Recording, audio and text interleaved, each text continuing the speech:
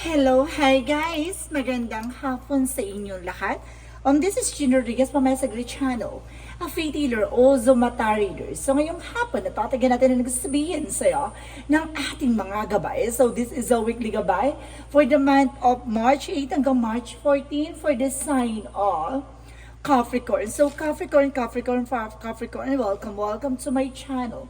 Ano kayang messages, advices, and spirit guides ang ating masasaga for today's video? Kano naman kayang energy o kaganapan sa buhay ng mga Capricorn ang ating maagilap? So guys, this reading is a general reading lamang. Hindi lahat makaka-resonate. Kunin lamang po ang makaka-relate sa inyo and comment down below kung kaninong energy ang ating nasaga. And of course, don't forget to like and subscribe my channel and hit the notification bell for more videos update. Because maraming salamat po sa mga walang sawang pagsuporta sa aking channel. Lalong-lalo na yung hindi nag-skip ng ads na way pagpalain kayo ng Diyos at may kapal, siksik-liglig na gumapaw na biyayang manumbalik sa inyo. So guys, umpisahan na natin ang laban for this sign of Capricorn. Angel Spirit Messages, give me an information. Ano kayo gusto sabihin sa iyo ng ating mga baraha? Angel Spirit, ano kayo gusto sabihin sa iyo? So there's a Knight of Wands. So there's a slow and steady, no?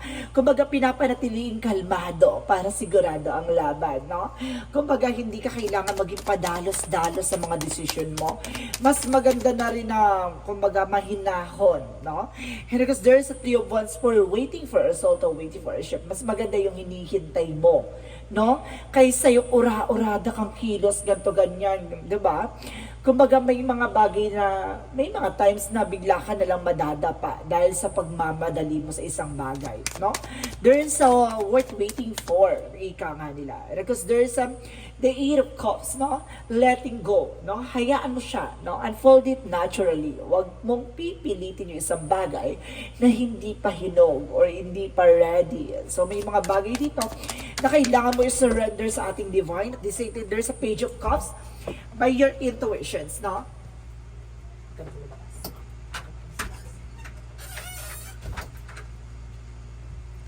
So there's a Page of Cups, there's an intuitions, no? Kumbaga makinig ka sa iyong gut feeling, no? Let's see what is additional messages for angel spirit guides. So there's a Seven of Wands. So there's a protections, no?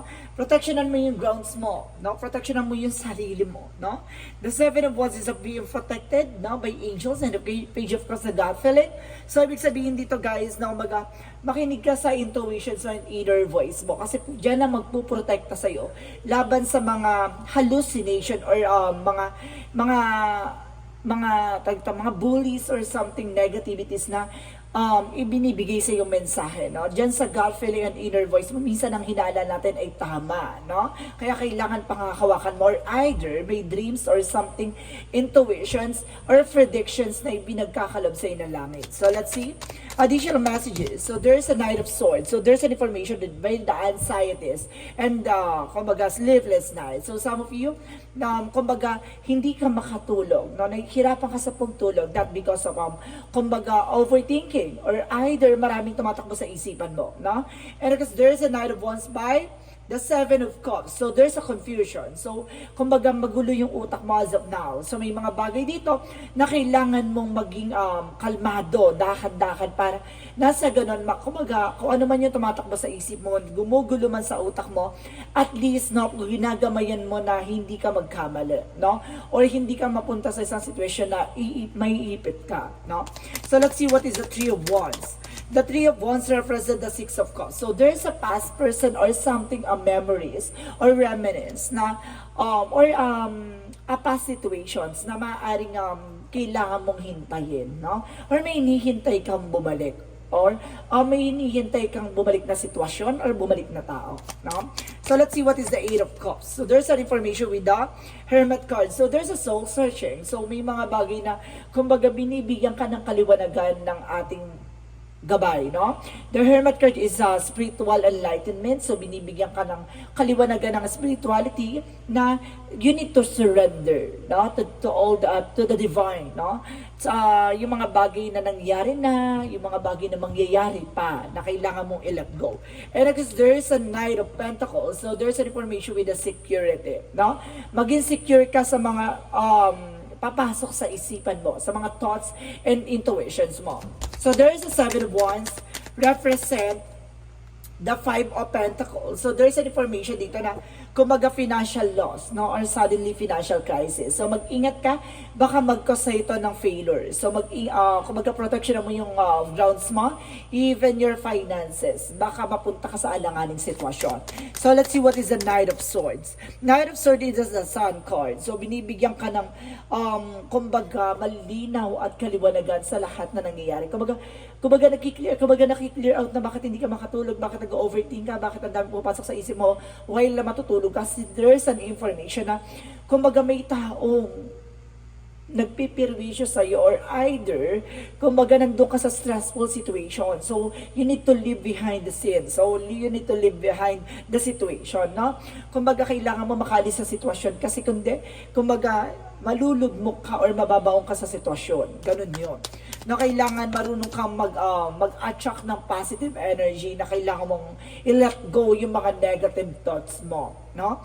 Or it's either toxic behavior. Maaring, kumbaga, it's either ego or pride yung tumatakbo sa isip mo. Or something, guys, with the Seven of Swords, sneakiness, cheating, lying on you. So, ibig sabihin dito, either, guys, para meron daw dito kumukuha ng impormasyon sa'yo. Mag-ingat ka lang kasi baka itong kumukuha ng impormasyon sa'yo ay gumulo sa plano mo. So, let's see. What is the Three of Wands and the Six of Cups? So, okay, there's a Ten of Pentacles. So, there's a long-term success and long-term investment and financial security. Or either, guys, yung itong person na to ay manunumbalik, no? Babalik siya at maaaring hinihintay mo rin ang pagbabalik niya. So, itong pagbalik niya ay magdadala sa ng long-term, no? And the Seven of Swords, nagkaroon kasi ng cheating, lying before. And of course, there's a sneakiness. Kumukuha na impormasyon na kung meron ka na bang pinalit or okay ka pa ba? Or pwede pa ba siyang pumasok sa buhay mo? Or either, diba? So, let's see what is the Eight of Cups and of course the Hermit card. So, there's the Knight of Swords. So, ibig sabihin dito, magiging mabilis tong eksena na to. No? Kumbaga napakabilis lang ng panahon at pagkakataon na kumbaga, dati lang na parang nilet go mo, binitawan mo, ngayon bumabalik para, di ba? Habang hawakan yung mga pinangako niya na minsan niya nang binali, no? Kumbaga may ganon, na kumbaga may mga bagay na pinangakuan ka, tapos iniwan ka pa rin, pero bumalik, tapos para to pa rin yung mga pinangako niya. So, yun yung pinaka tinatawag siguro na infinite relationship or there's an everlasting promises, no? Kumbaga yun yung kailangan natin minsan unawain kasi minsan talaga sinusubok sila ng panahon ng pagkakataon, even na spiritual, no? Kumbaga there's a soul contract, kaya siguro bumalik is a soulmate connection or something twin flame. And because there is a Page of Cups, because the Knight of Pentacles represent the Moon card. So, there's a truth reveal. So, ibig sabihin, unti-unti nang malalantad or matutuklasan yung mga bagay-bagay na nagdulot sa iyo, no, ng nakaraang kabiguan, no? Maaring ito yung magbibigay sa iyo ng kaliwanagan kung bakit nagkaroon ng kasinungalingan at paglaro ng kapalaran, no? So let's see what is the Seven of Wands and of course the Knight of Pentacles, the Five of Pentacles, sorry. There is an Eight of Pentacles. Focus, being dedicated, no? Once kasi na-focus ka sa ginagawa mo, focus ka sa trabaho mo, focus ka sa sarili mo, the more na nag-unfold yung mga bagay na lumipas, no? Yung mga bagay na nawala, no? Bigla na lang yung manunumbalik. May mga ganong times. So, may mga bagay talaga na kailangan natin i-let go, no? I-surrender natin kay Divine lahat ng mga bagay na yan. Kasi kung may mga bagay na para sa'yo talaga. Kung hindi para sa'yo, ganun talaga. Past is past. Never come back. So, let's see what is the additional messages for the Knight of Swords and of course the Sun card. And because there's an Ace of Swords, magbibigay ito ng mental clarity. Itong, some of you guys nagkakaroon ng sleepless night, pero at the end of the time, bibigyan ka ng malinaw na kasagutan sa lahat ng iyong katanungan. With the Sun, represent the success and clarity. And because the Ace of Swords is a breakthrough and a clarity. So, ibig sabihin, double verification na there's a mental clarity na bibigyan ka ng kaliwanagan inside and out, no, of your spiritual awakening. So, let's see additional messages for the outcome.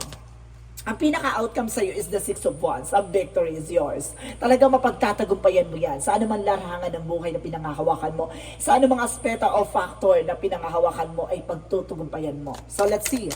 Pero kasi sinasabi sa'yo dito, there is the Two of Wands choices. So, ibig sabihin dito, ikaw na yung pipili, no? Kung saang anggulo or saang eksena ka tutungo, no? And of course, sinasabi rin sa'yo dito with the King of Swords. So, there's some witty. And of course, there's an information with stop the pattern, stop the sistema.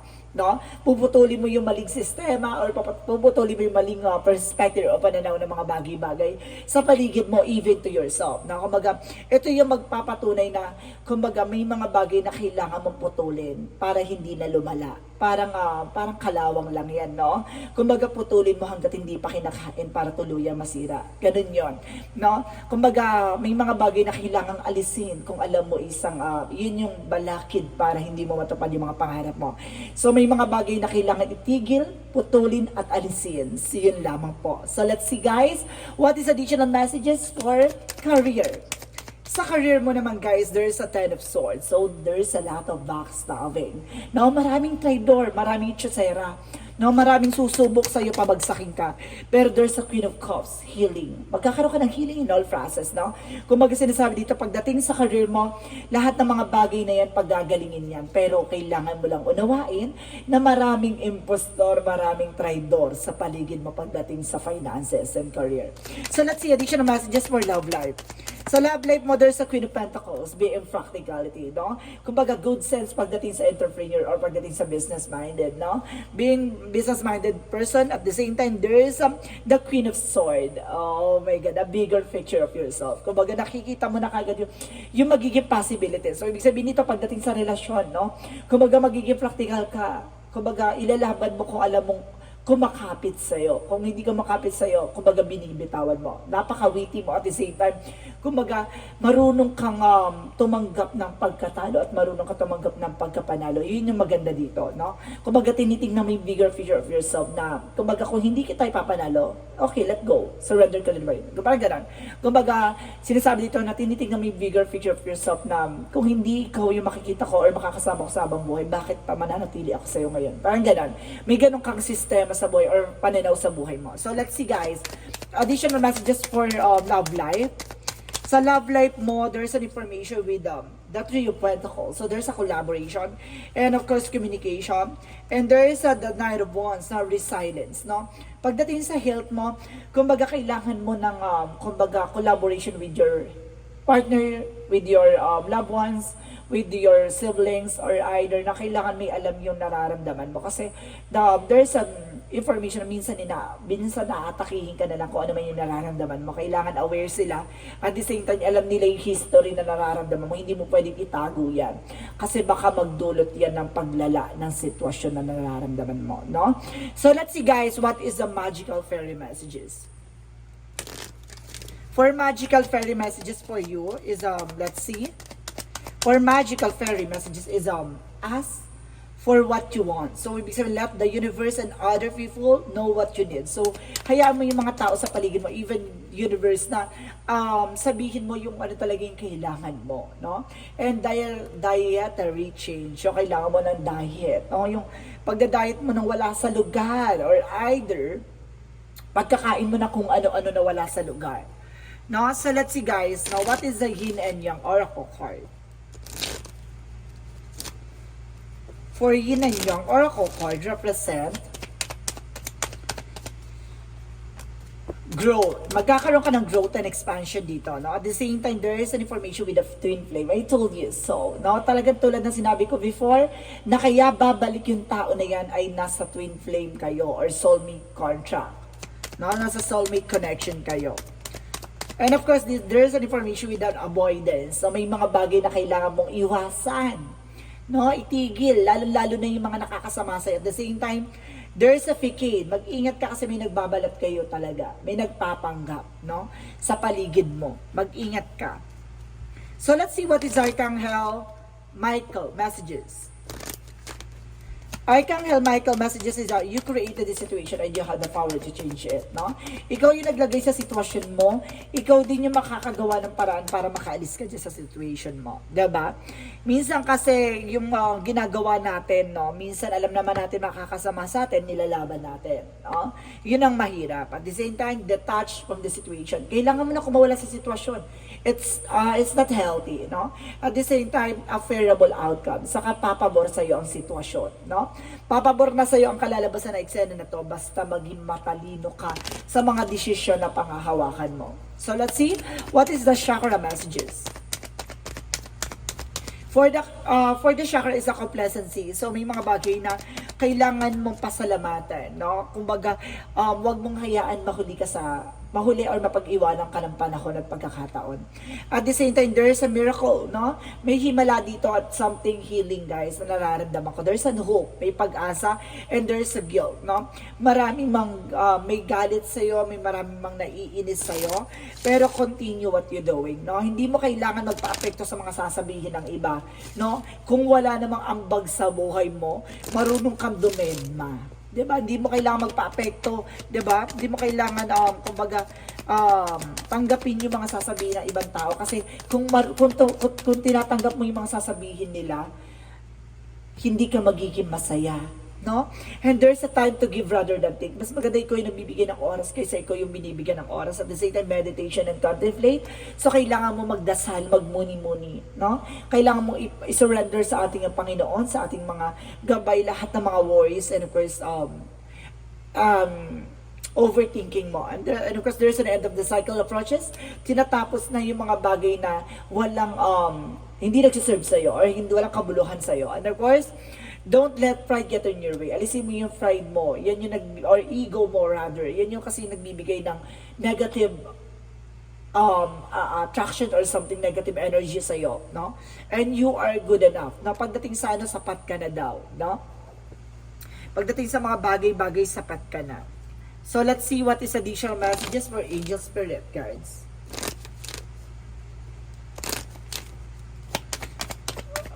For angel spirit, so there's a speaker, no? Kumbaga, kailangan mong matuto, no? At kailangan mong maunawaan ang gusto sabihin sa'yo ng mga gabay. No? There's a counseling, advices. So there's a lot of advices and there's an inner voice na kailangan mong pakinggan. And there's a travel. Some of you guys may travel talaga dito.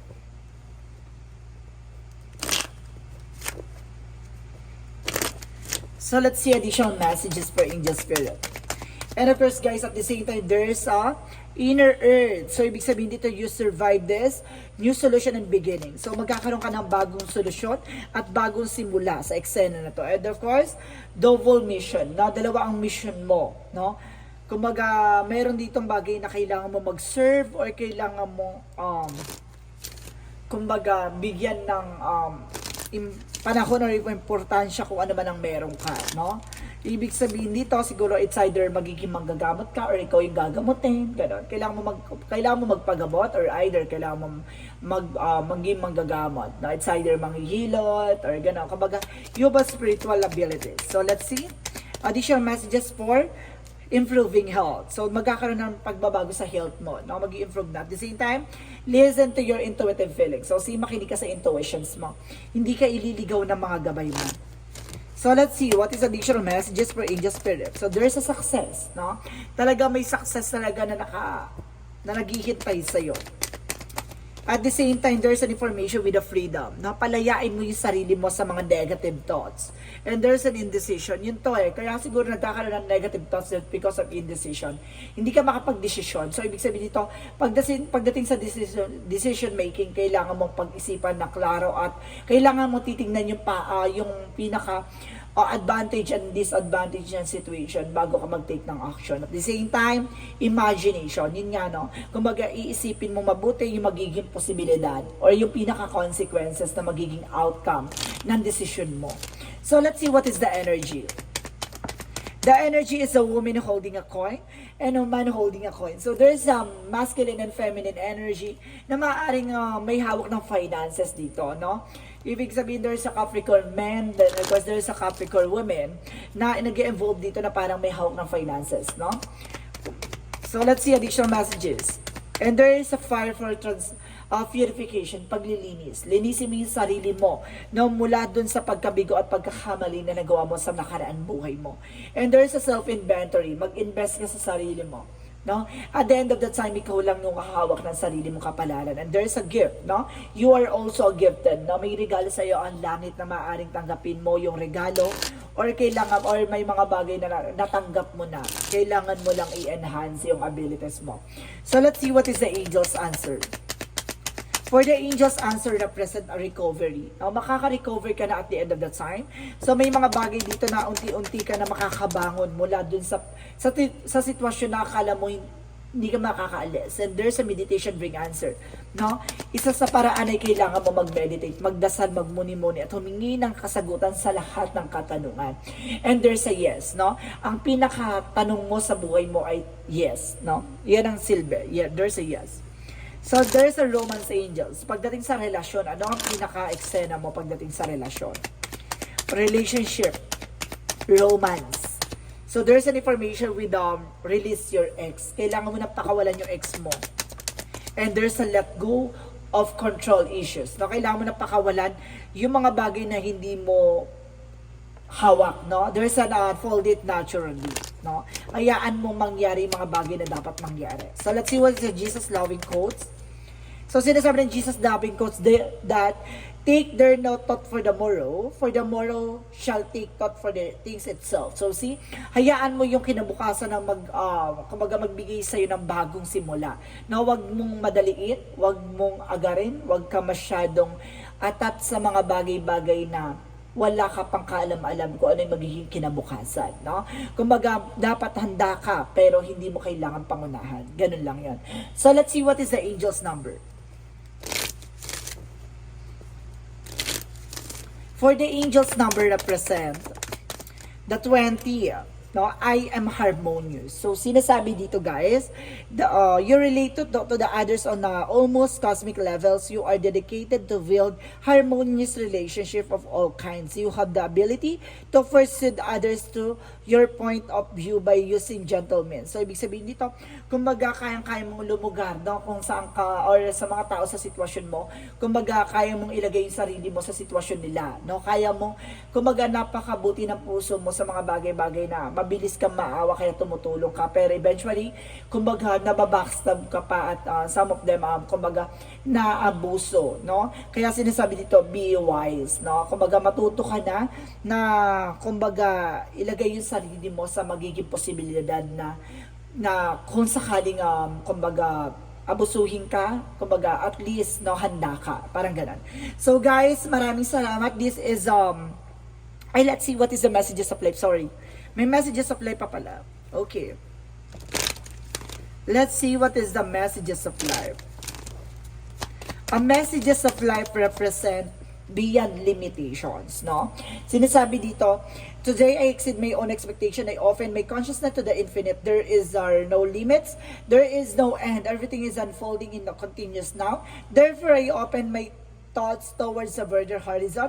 I look beyond my perceptions of reality, beyond all various created my own beliefs and fears. I am now open to new possibilities. So see, ito yung sinasabi ko mulat sa pool na dapat handa ka sa magiging posibilidad na magiging decision mo, no? Yun yung lagi mo titignan, yung lighter side of situation, at the same time yung consequences na magiging actions mo. Be aware and conscious sa mga bagay na gagawin mo. So guys, this reading is a weekly gabay for the month of March 8 hanggang March 14 for the sign of Capricorn. So, Capri, maraming salamat for this wonderful reading. So, once again, this reading is a general reading lamang, hindi lahat makaka-resonate.